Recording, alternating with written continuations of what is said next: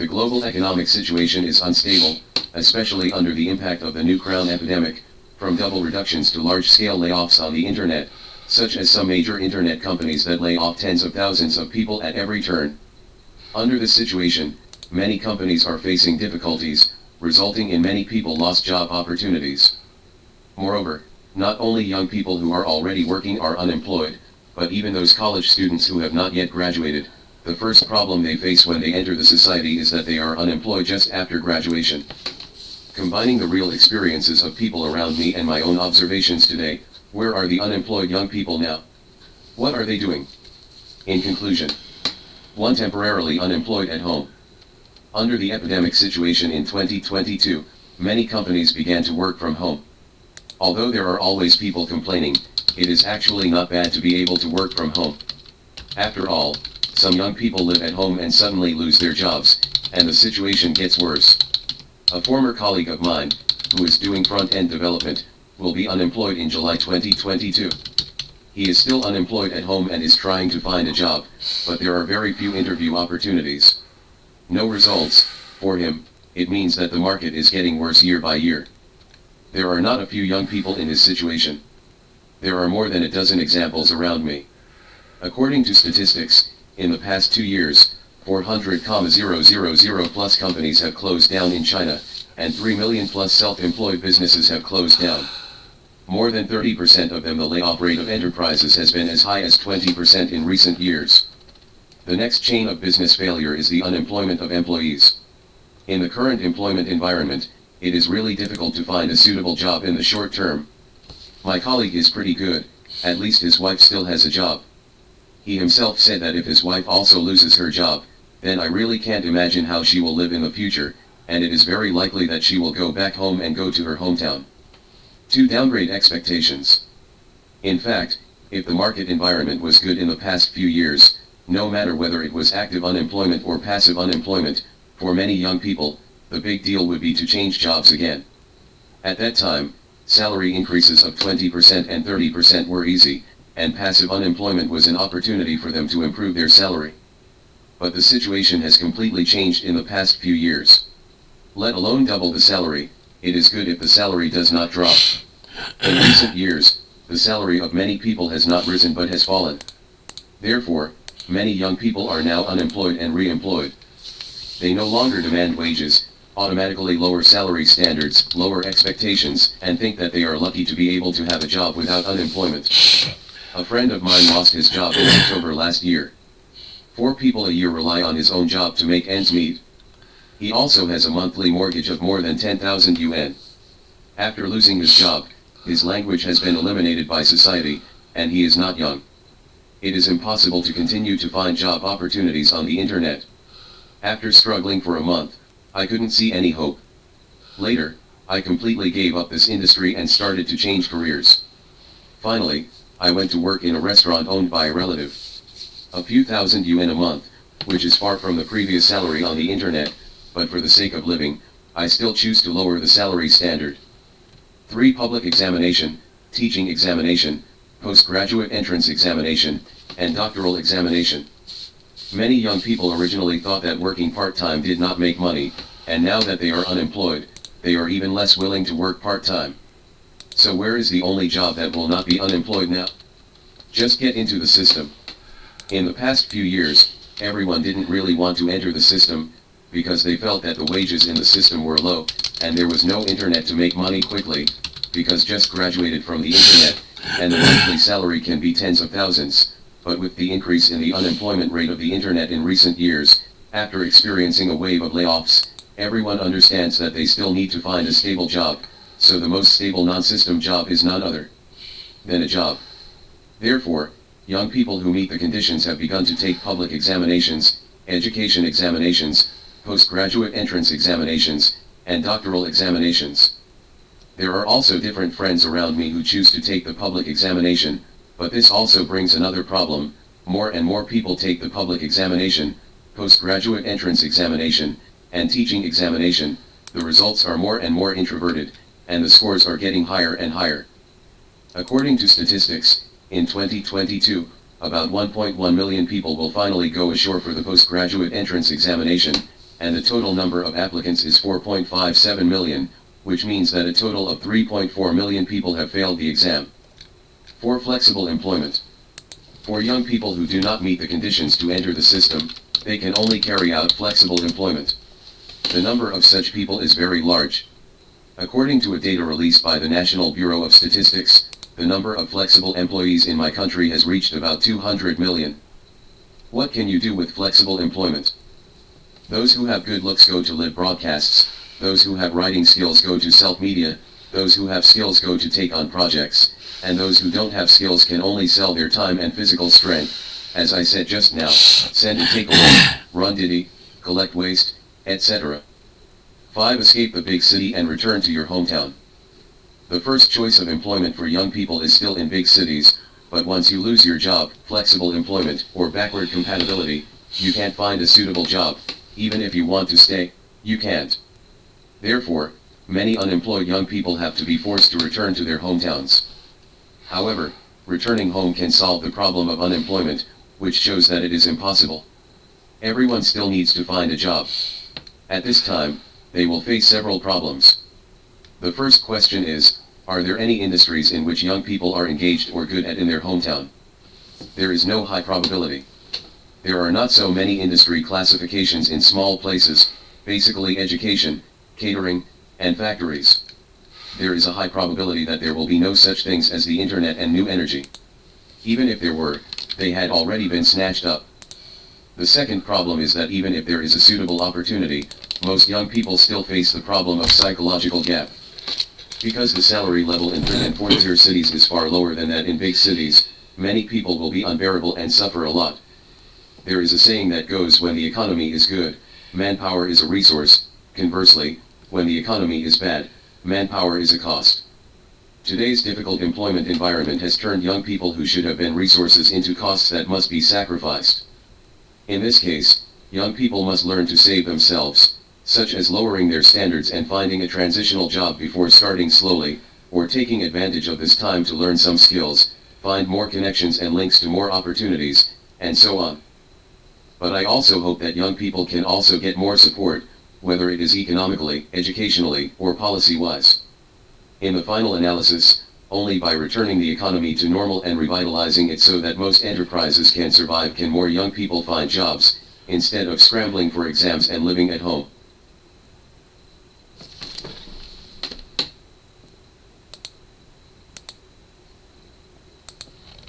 Recently, there was an article about GitHub's over 10,000 star boss was forced to change his career as a cashier by his life, which attracted everyone's attention on the internet. The reason for the incident began with the announcement issued by the author of the open source network Disk Client. I just confirmed that I found a new job.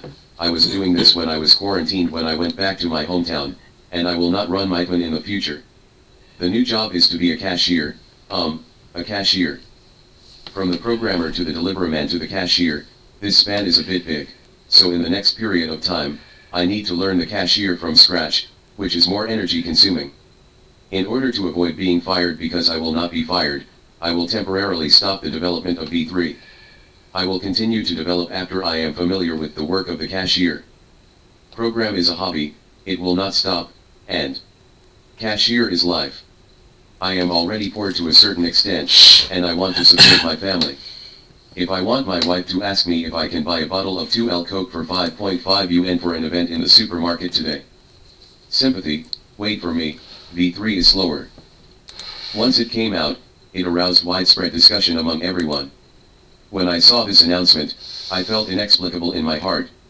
The cruel current situation of the domestic IT industry really makes people feel helpless and sad. This industry has always been a high-intensity, high-pressure, and highly competitive field. Everyone must be vigilant at all times and constantly improve their skills and qualities in order to stand out in the fierce competition. However, even so, it is difficult to avoid some people's failures and setbacks on the career path. Especially as they grow older, many people's physical fitness and psychological endurance will gradually decline, which will make it difficult for them to compete with young people in their work, thus losing their competitive advantage. And with the impact of AI, the profession of programmers may lose their jobs at any time. I have to sigh with emotion at the cruelty of the domestic IT industry. At best they are high-tech personnel, At worst they are nothing more than migrant workers in the new era. The internet industry has entered a mature stage, and latecomers suggest that you need to carefully consider your career choice and development direction.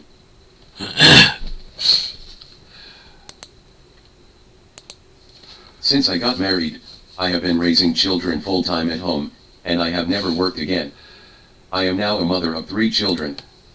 My former colleagues' wages were relatively high, but after deducting mortgages, car loans, children's education, living expenses, etc., there was not much left.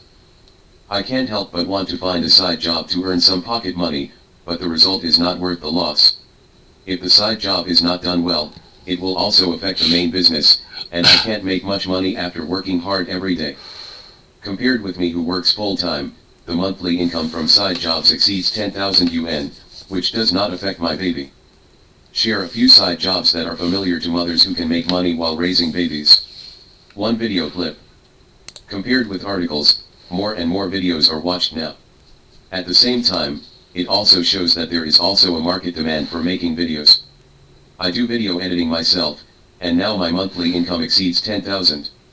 At the beginning, I also slowly explored by myself, and later paid to learn, and now I teach editing to the staff. If you are a novice now, you can first go to the internet to find videos to learn how to edit, and then slowly pick up some video editing tasks, learn while editing, and then create your own account. Learn how to edit videos. Even if you don't accept students as accounts, you can earn a lot of money just by accepting tasks. 2. Set up a stall to sell breakfast. I especially like to sleep late.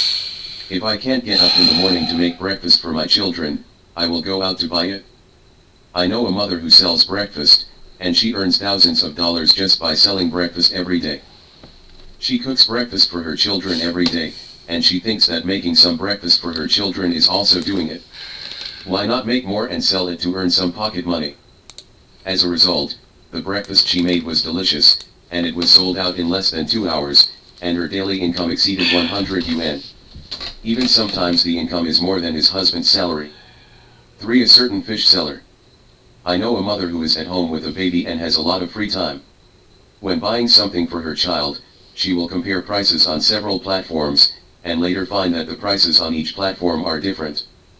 So she registered a certain fish store for herself, and sold products with relatively low prices and good prices on other platforms to sell on certain fish, earning the middle price difference. As it grows bigger and bigger, some factories come to cooperate with them and earn more profits. 4. Community group buying. My neighbor likes shopping and loves to share.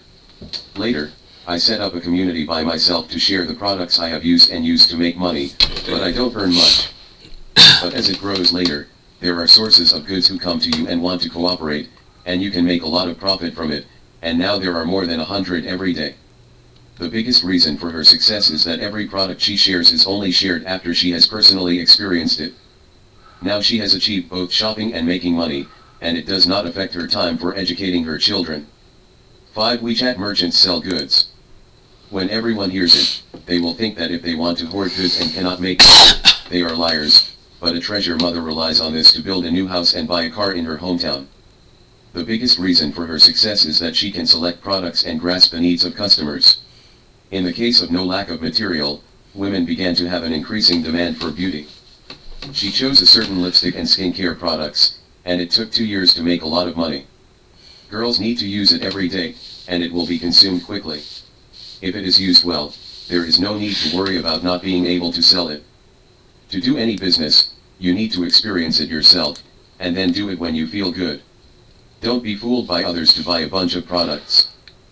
Finally, please remember that no matter you are doing any side business, first of all, don't pay so fast. You must understand it clearly, and then go to the internet to find relevant information. After in-depth study and understanding, you must see if you have the ability to do it before paying. Don't listen to what other people say, how easy it is, it's only for others, not you.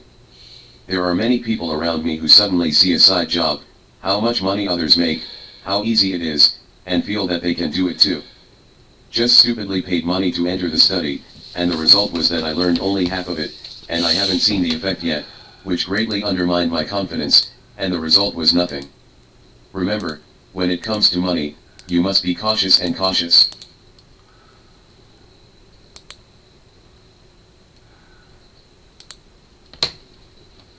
I have been doing K-12 tutoring recently, because I only do part-time work.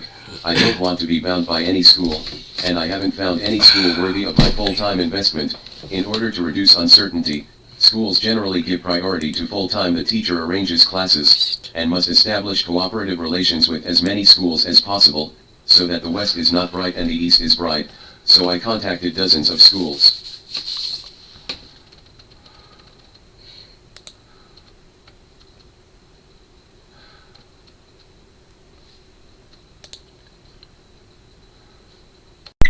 I was quite disappointed with the communication with the HR and even the principals of these schools.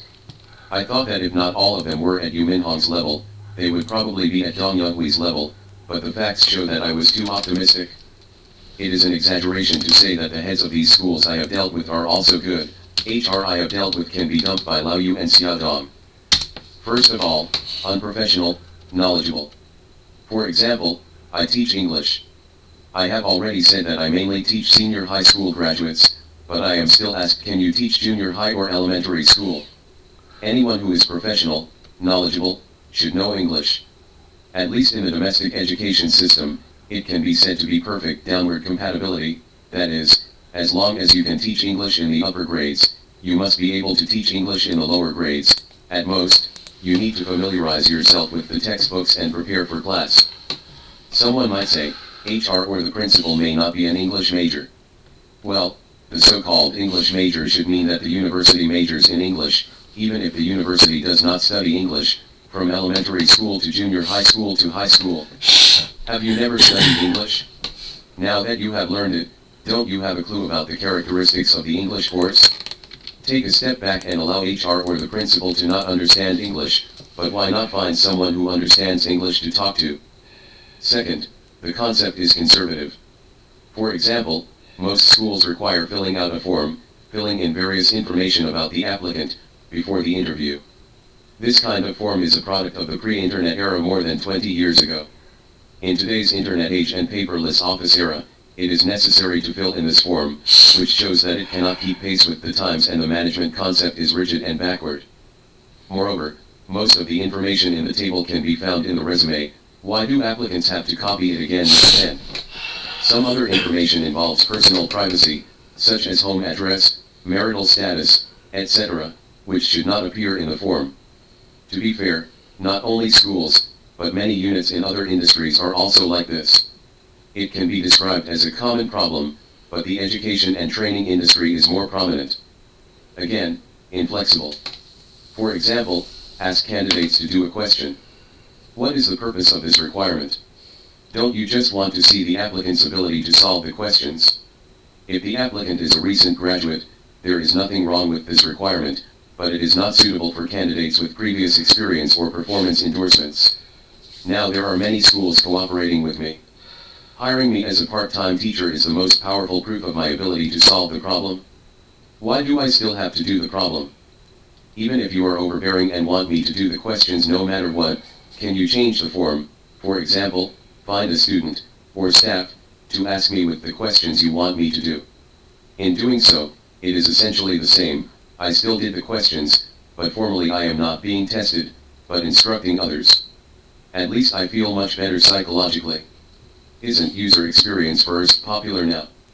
I can't just ignore my experience just because I'm an applicant and not a user, right?